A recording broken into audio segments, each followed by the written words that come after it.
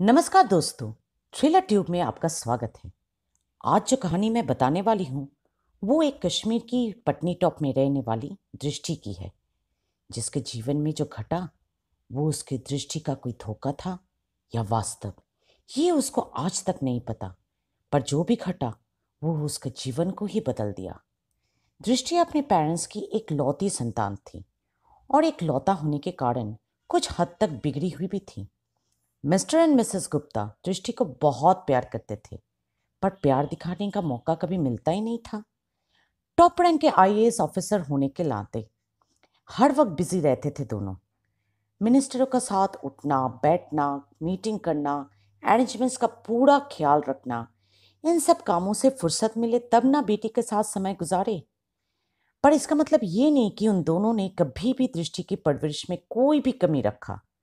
दृष्टि को बेहतरीन से बेहतरीन शिक्षा दिया गया। क्लास में हमेशा अव्वल आती थी दृष्टि, पर उसके साथ साथ बदमाशी में भी अव्वल आती थी। ऐसा एक भी महीना नहीं जाता था कि दृष्टि का गार्जियन कॉल नहीं होता था। हर बार सर झुकाकर दृष्टि के पेरेंट्स को सुनना पड़ता था। Mr and Mrs Gupta, considering Drishti's academic background, we are letting her go this time, but this is her last warning. काफी कंसल्टेशंस भी हुआ दृष्टि का, पर हर बार डॉक्टर यही कहते थे, मिस्टर एंड मिसेस गुप्ता, आपकी बेटी में कोई भी खराबी नहीं है। वो तो सिर्फ आपके अटेंशन लेने की कोशिश में ये सब हरकतें करती रहती है। फिक्र मत कीजिए, या तो उम्र के साथ साथ या कोई घटना दृष्टि को पूरा ही बदल देगा। और ऐसा ही हुआ। तब दृष्टि का उम्र थी 20। पेरेंट्स के साथ एक धुआंधार झगड़ा करने के बाद घर से निकल गई दृष्टि और पूरा 2 दिन बाद वापस आई। पर जब वापस आई तो देखा कि पार्किंग में पापा मम्मी की दोनों कारें खड़े हैं। उसे थोड़ा अजीब लगा, क्योंकि दोपहर के 12 बजे पापा मम्मी कभी भी घर पे नहीं होते थे, संडे को भी नहीं। तो धीरे धीरे घर के अंदर गई दृष्टि और देखा कि पापा मम्मी दबी हुई आवाज में कुछ कह रहे हैं एक दूसरे से। थोड़ा और पास जाकर दृष्टि पर्दे के पीछे छुप गई और सुनने लगी। सर को बताना ही पड़ेगा, 3 दिन में गुप्त मीटिंग है वहां पर। अरेंजमेंट्स करे भी तो कैसे? अरे पूरा साफ सफाई खाना पीना इन सब कामों के लिए मिनिमम पानी तो चाहिए। और वो कैसे मिलेगा? उस झरने से, दृष्टि की मम्मी बोली। ये सुनकर दृष्टि के पापा बोल उठे, पर ये गुप्त मीटिंग कहीं आम जगह पर तो नहीं हो सकता है ना। इसके लिए चाहिए एक ऐसा ही जगह जहां पर कोई आता जाता नहीं हो। और उस डाक बंगलों के अलावा हमारे राज्य में और कोई जगह है? आप बताओ। पूरा जंगल के बीचों बीच है वो डाक बंगला। आसपास कोई घर भी नहीं है। रास्ता भी बहुत भ्रमित है। कोई सपनों भी में नहीं सोचेगा कि इतने सारे नामचीन लोग पटनी टॉप से 5 घंटे की उबार खबर रास्ते का सफर तय करके कश्मीर के कोई दक्षिण दिशा में एक पुराने डाक बंगलों में मीटिंग करेगा। और ऊपर से उस डाक बंगलों में साड़ों से कोई आया गया भी तो नहीं। इससे अच्छा और सुरक्षित जगह और कोई नहीं है पूरे कश्मीर में। ये सुनकर फिर से मम्मी बोल उठी, और उस झरने का क्या? वो डाक बंगले के पीछे से होकर गुजरता है। खबर आया ना कि वहां पर। इससे पहले कि दृष्टि की मम्मी और कुछ बोलती, उसके पापा ने चुप करा दिया ये बोलकर, मिसेस गुप्ता, पता है ना हम लोग कहाँ रहते हैं? ये कश्मीर है। दीवारों के भी कान होते हैं। देश के हित के लिए ये मीटिंग ऐसे ही कोई जगह पर करना बहुत जरूरी है। बाकी सब भूल जाइए और हिंदुस्तान के भले के लिए कल से ही काम पे लग जाइए। ये पूरी बातचीत दृष्टि पर्दे के पीछे चुप कर सुन रही थी। उसके बदमाश दिमाग में झट से एक आइडिया आया। दक्षिण दिशा में जंगल के बीच झरने के पीछे पुराना डाक बंगलो जहां कोई सालों से आया गया नहीं। ये तो एक थ्रिलिंग एडवेंचर होगा ना। मैं आज ही निकल जाती हूँ वहां के लिए। कल जब पापा मम्मी आएंगे वो दोनों मुझे देखकर पूरा शॉक्ड हो जाएंगे। ये सोचकर किसी को भी कुछ भी बिना बताए दृष्टि दबे पांव घर से बाहर गई, अपनी कार में बैठी और रवाना हो गया कश्मीर के दक्षिण दिशा में।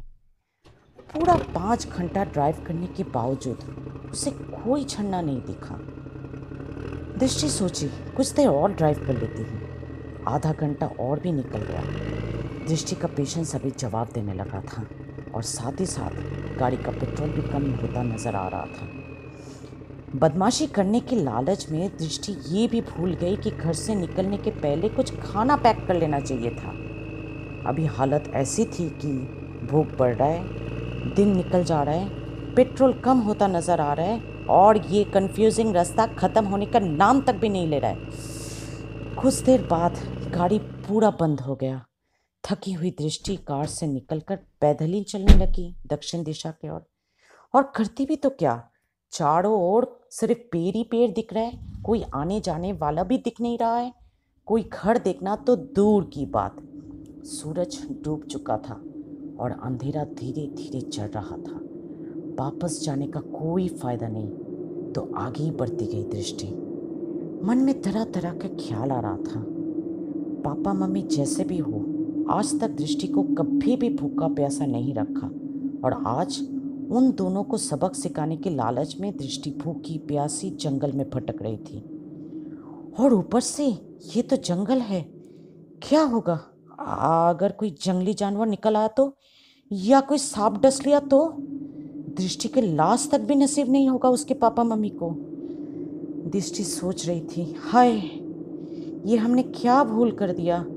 घर की सब सुख सुविधा को छोड़कर जंगल में चले आई मरने के लिए। अपने हालत पे दृष्टि को खुद ही रोना आ रहा था। टपकती हुई आंसू दृष्टि को पहली बार जीवन के मोल समझा रहा था। जीवन के सामने उसका ये अटेंशन सीकिंग टेंडेंसी आज बहुत ही फीका लग रहा था। ये सब सोचते सोचते कितनी दूर चली आई दृष्टि, उसे खुद को भी अंदाजा नहीं था। अब तक पूरा अंधेरा हो चुका था और ठंड भी बढ़ रहा था। आंसू भरी आंखों से अंधेरे को चीर के दृष्टि जंगल में रास्ता ढूंढने की कोशिश कर रही थी। पिच का रास्ता कब का पीछे छूट गया। अब तो कच्ची मिट्टी के रास्ते में भी पूरा घास भर गया था। दृष्टि को पूरा एहसास हो चुका था वो दर्द भरा सच कि वो खो गई है। रोती हुई दृष्टि आखिरी बार कुछ चाहती थी तो अपने माँ के गोद में सोना और पापा का एक प्यारा भरा चुम्मी अपने सर पर जंगल की बढ़ती हुई रात की आवाज़ चीख चीख के दृष्टि को बता रही थी कि ये मुमकिन नहीं। भूखी प्यासी ठंड में कांपती हुई दृष्टि थक गई थी। अब और एक कदम भी चला नहीं जा रहा था। जंगल में हर एक आवाज़, चाहे वो झिंगुल की हो या उल्लू की, और भी डरा रही थी इस 20 साल की बच्ची को। जोर जोर से रो पड़ी दृष्टि। ऐसे में अचानक एक बच्चे की आवाज दृष्टि को चौंका देता है। मुड़ के देखती है तो एक बच्चा हाथ में टॉर्च लेकर खड़ा है। उसको देखकर दृष्टि की जान में जान आई। बोली, बच्चा मैं खो गई, मुझे रास्ता दिखा दोगे यहाँ के डाक बंगलों तक? बच्चा बोला, ओ तुम मेरे घर आना चाहते हो, चलो। दृष्टि को कुछ समझ में नहीं आया। भला यार डाक बंगलो इस बच्चे का घर कैसे हो सकता है? पर जो भी हो, किसी का घर तो मिला। जल्दी जल्दी पैर चलाकर बच्चे के पीछे पीछे चलने लगी दृष्टि। कुछ दूर चलते ही दृष्टि को पानी की आवाज सुनाई दिया। उस आवाज को सुनते ही दृष्टि को राहत आई। वो समझ चुकी थी कि वो डाक बंगलो के बहुत ही करीब थी और बच्चा शायद चौकीदार का बच्चा होगा। और सून एनफ दृष्टि को वो झरना नजर आया और ठीक उसके बिल्कुल पास वो डाक बंगलो भी नजर आया। बंगलो की लाइटें जैसे दृष्टि को एक वार्म वेलकम दे रहा था। बच्चे ने दृष्टि को बंगलो के अंदर एक कमरे पे ले गया। फिर उसके दरवाजे को खोलकर बोला, दीदी आपका कमरा, आप थोड़ी देर आराम कर लो, मैं कुछ खाना और लकड़ियाँ लेकर आता हूँ आग जलाने के लिए। ये बोलकर बच्चा घूमा और गायब हो गया। शायद भूख की वजह से उल्टा पुल्टा देख रही हूँ, ये सोचकर दृष्टि कमरे में अटैच बाथरूम में चली गई हाथ मुंह धोने के लिए। कमरा, बेडरूम, बाथरूम, इलेक्ट्रिसिटी और गर्म पानी का इंतज़ाम काफ़ी अच्छा लगा दृष्टि को। बचपन से बहुत सारा गेस्ट हाउस, सर्किट हाउस, डाक बंगलों में घूम चुकी थी दृष्टि, पर किसी का भी इतना अच्छा इंतज़ाम नहीं था जो कि इस डाक बंगलों का था, जबकि इस डाक बंगलों में सालों से कोई आता जाता भी नहीं। बाथरूम में ज़्यादा से ज़्यादा 2 मिनट ही थी दृष्टि, फिर भी बाहर आकर देखा कि एक प्लेट पकवान से भरा टेबल पर रखा है और वो बच्चा फायरप्लेस में लकड़ियाँ जलाने की कोशिश कर रहा था। जल्दी से बैठ गई खाना खाने दृष्टि। सारा दिन भूखा पेट रहने के बाद खाना बहुत ही स्वादिष्ट लग रहा था दृष्टि को। खाते खाते देख रही थी कि बच्चा तीली पे तीली निकल रहा है मैच बॉक्स से और आग जलाने की कोशिश कर रहा है, पर लकड़ियां जल ही नहीं रही है। दृष्टि खाते खाते बोली, रहने दो बच्चा, मैं खा लेती हूँ, फिर जला दूंगी। ऐसे तुम हो कौन? क्या तुम यहीं पर रहते हो? बच्चा मुड़ के बोला, मैं ही यहाँ पीछे अपने माँ बापू के साथ रहता हूँ। कहने को तो मेरा बापू इस डाक बंगलों का चौकीदार है और माँ खाना पकाने वाली, पर सब काम मुझे ही करना पड़ता है। क्यों? दृष्टि पूछी। क्योंकि मेरी अपनी माँ चल बसने के बाद बापू सारा दिन शराब के नशे में धुत रहता है और सौतेली माँ मुझसे सारा काम करवाती है, और अगर ना करूँ तो माँ बहुत मारती है और कभी कभी तो भूखा भी रख देती है। ठंड में भूखा पेट रात को सोना कैसा होता है मैं जानता हूँ, इसीलिए तो जब आज आपको देखा भूखा पेट रोते हुए, मुझसे रहा नहीं गया और चला आया आपकी मदद करने। ये सुनकर दृष्टि को दो बातें अजीब लगी। एक तो ये बच्चा सारा वक्त उसके साथ ना होने के बावजूद उसके हालत से काफी अच्छी तरह से वाकिफ था, और दूसरा, ऐसा पेरेंट्स होता है जो एक 10-12 साल के बच्चे से सारा काम करवाते हैं और मारते भी है, जबकि दृष्टि के पेरेंट्स आज तक उससे कभी भी ऊंची आवाज में भी बात नहीं किया। कॉलेज से निकले 2 साल हो गया था दृष्टि को, पर वो कहीं पर ना जॉब इंटरव्यू के लिए गई, ना कोई हायर स्टडीज का एंट्रेंस एग्जाम दिया, सिर्फ मटर गश्ती करती रहती थी।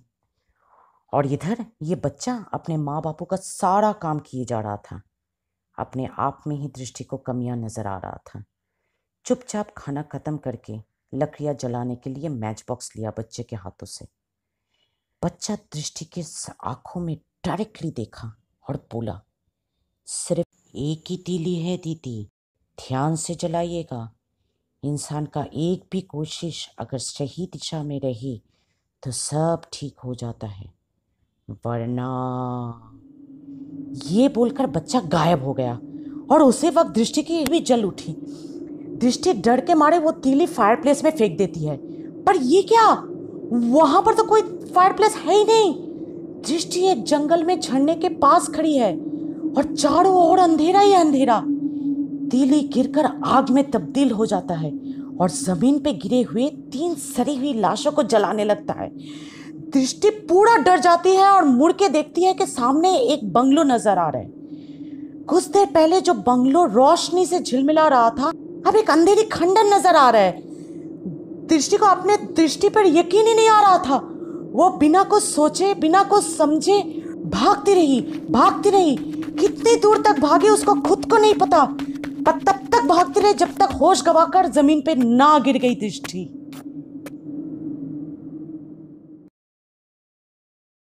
कुछ लोगों की आवाज और बहुत सारे पक्षियों की आवाज सुनाई दे रहा था। आंखें खोलकर देखा दृष्टि कि वो अपनी माँ की गोद में लेटी हुई है और उसके पापा उसके हाथ लेकर पल्स रीड करने की कोशिश कर रहे हैं। एक मुस्कान सा फैल गया दृष्टि के होठों में। धीरे से बोली, पापा, mummy, I love you both. ये सुनकर दृष्टि की मम्मी दृष्टि को पूरा जोरों से गले लगा लिया और पापा की आंख भी नम हो गया। वहां जो भी और 5 लोग खड़े थे उनमें से एक बोल उठा, सर, आपने जो 3 सड़ी हुई लाशों के बारे में बताया था उस झरने के पास, वहां पर तो कुछ भी नहीं है, सिर्फ राख मिला। लगता है उन तीनों का क्रियाक्रम कर दिया है किसी ने। दृष्टि की पापा हाथ उठाया, इशारा किया और बोला, कोई बात नहीं, आप लोग काम पे लग जाइए। जो भी आप लोग को बताया गया है, हमारी बेटी सालों बाद हमारे पास आया, हम लोग उसको लेकर घर जा रहे हैं। आप लोग काम कीजिए। कहानी अगर पसंद आया तो ज़रूर लाइक बटन दबाकर सब्सक्राइब कर लीजिएगा और साथ ही साथ बेल आइकन को दबाकर वीडियो को शेयर भी कीजिएगा। और अगर आपके साथ भी ऐसे ही कुछ अलौकिक घटा है कभी जो आप सबके सुनाना चाहते हैं तो नीचे कमेंट में अपना ईमेल आईडी डाल दीजिएगा ताकि हम लोग आपसे संपर्क कर पाए। तब तक टेक केयर।